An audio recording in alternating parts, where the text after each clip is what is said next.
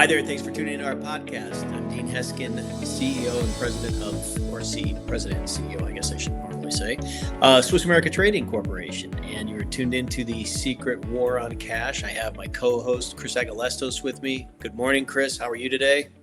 I'm doing well, thank you. Well, very nice to see you. We're going to talk today a little bit about gold, but we're going to talk about gold in relation to what just happened, which was a pretty big deal. Gold gains as the dollar slides following Moody's U.S. downgrade on our debt. And this is not good. I mean, we know we have a problem with our debt. We know we have a problem with our deficits. We were downgraded, which caused a spike in gold, which for those of you tuning in, this speaks to what we've been talking about or advocating for years, but specifically on this podcast, that the reason to be diversified into gold is that when there's perceived trouble and or real trouble out there, gold is a safe haven. That's why central banks are buying it right now. Institutions are buying it. Individuals are buying it. And here's the thing, it's speaking to what you want to have gold for. But the big problem here, the United States debt and deficit is an issue, number one. And secondly, most would say, and Moody's even admitted, they weren't downgraded. The U.S. wasn't downgraded as much as we should have been. But the bigger problem, there's no remedy in the foreseeable future. In fact, they're saying the things that are causing us to be downgraded are only going to get worse. So, Chris, I don't know if there's an answer to this, but is there any positive we can take out of this situation, or is it as bad as it seems?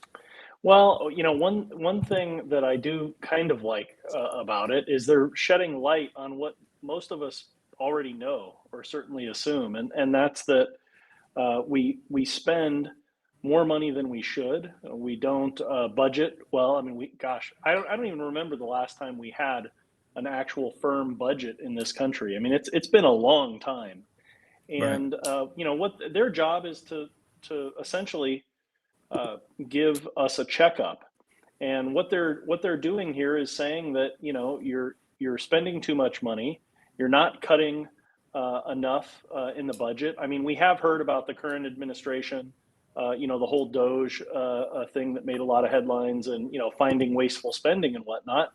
But then they're also now discussing adding trillions to the deficit and pushing through big spending packages. And right. So, at the end of the day, to me, I look at it like going to the doctor and getting a checkup.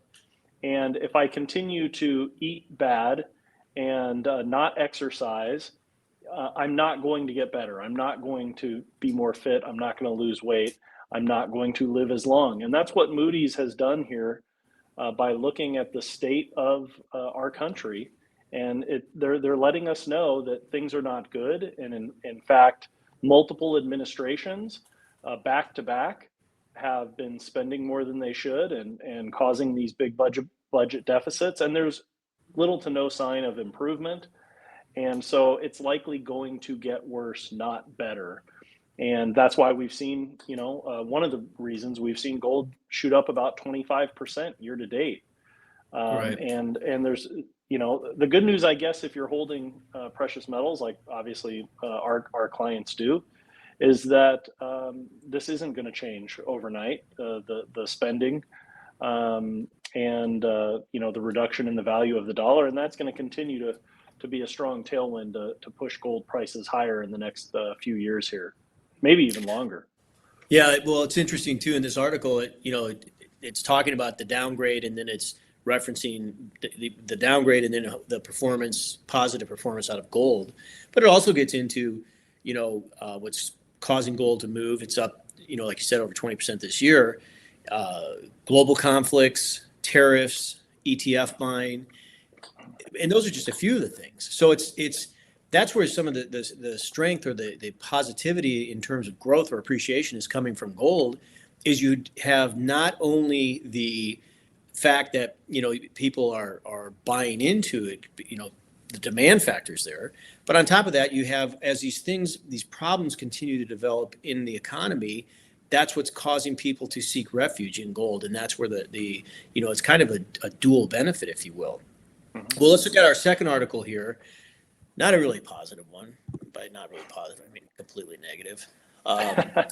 Large U.S. companies witness highest number of bankruptcy filings in 15 years amid soaring consumer sentiment, according to this analyst. And let's see what we got here. 246 companies have filed BK year to date. Mm-hmm. We're only not even halfway through the year yet. 246 Right. companies, the highest number in 15 years. And if I understand what they're saying here, for the whole year last year, I believe there were only 206 of them.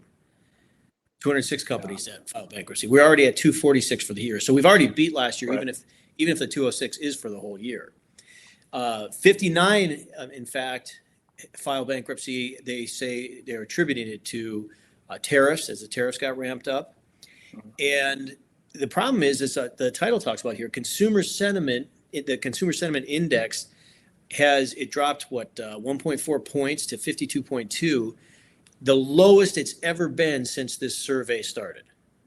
Yeah. So this really, to me, is kind of like a mirror into what's actually going on in our economy, in our markets right now. I think this is concerning. I think it's troubling. And again, like we were talking about in an earlier podcast, Chris, I think this is something that could actually spread like wildfire. Like if that confidence continues to dwindle, and they are saying that a lot of these companies that are going BK, they are kind of like companies that offer discretionary items. Those are going to be the first things to go, but at some point it's going to filter its way into everything. And so right. I don't see. And again, kind of like we were just talking about with, when you talk about what's happening with our debts deficits and no improvement there, what could possibly happen that's going to cause this situation to improve? No, they're actually expecting it to continue to surge throughout the year, and bankruptcies do speed up towards the end of the year as people continue to file for third and fourth quarter. So, and what's when you say that, highest number in 15 years, well, that takes us back to 2010. And a lot of bad stuff was happening. I'm sure most people remember 2008, 9, 10. Those were really bad years in our country, unprecedented really at the time. Right. And now you talk about the consumer sentiment index. This means that people are feeling worse about their financial situation now than they were in the 1980s when we had a major recession, and in 2008 when we had the housing crisis. So right. this tells you what people's feelings are, how they actually feel out there. And those are the people that are going to the store to buy goods and services or to travel. And all of that discretionary spending has been slowing. But as you mentioned, that's the first thing to go. As people start to see their bank accounts, their savings dwindle, and things tighten up, it's going to go further and further down the list. So it would not surprise me if this continues, certainly to spiral throughout this year, but even next year. And the positive side of that is sometimes you do need to kind of clean out some of the waste. Some of these companies probably swelled a bit more than they should have, and so hopefully they can file bankruptcy, reorganize, and maybe come back better. But in the meantime, the next couple of years, it means a lot of pain for the average person. And when you said 246 companies, these are large companies. This isn't Bob's pool service, who's having trouble finding new clients. So these are large U.S. companies that are filing bankruptcy. So it's certainly not a good sign. And I hope that we can turn things around. And I think, like I said, sometimes it's cleaning house and it will set us up for a better future. But in the meantime, people really need to have their ducks in a row, make sure to protect what they do have, watch their discretionary spending, and, hope and pray that we can get through this, quickly, rather than having it drag out, because these sorts of things can drag on for 3, 4, 5, 7 years. And that would be a real problem for the average household here in the United States for certain. Right. And the article gets into that too. It's not, we've been, in this podcast, we've been talking largely about corporations, but individuals as well, families, households, they're experiencing bankruptcies at pretty high numbers as well. So it's, and I think part of the issue with that, obviously, BK comes into play when people are financially at the end of their rope, and we're not really in an economy that is here, that is fostering new hope, if you will. Like, in other words, Right. put them in that situation.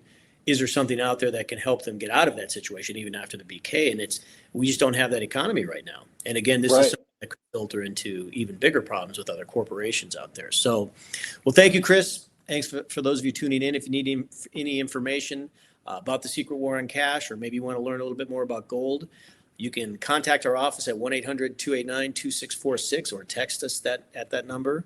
And you can also visit us online at www.swissamerica.com. The information is free, no obligation. And if you're not tuned into this podcast, please do that, as we'd love to talk to you more in the future. Chris, thanks for the info, and we'll see you soon. Take care.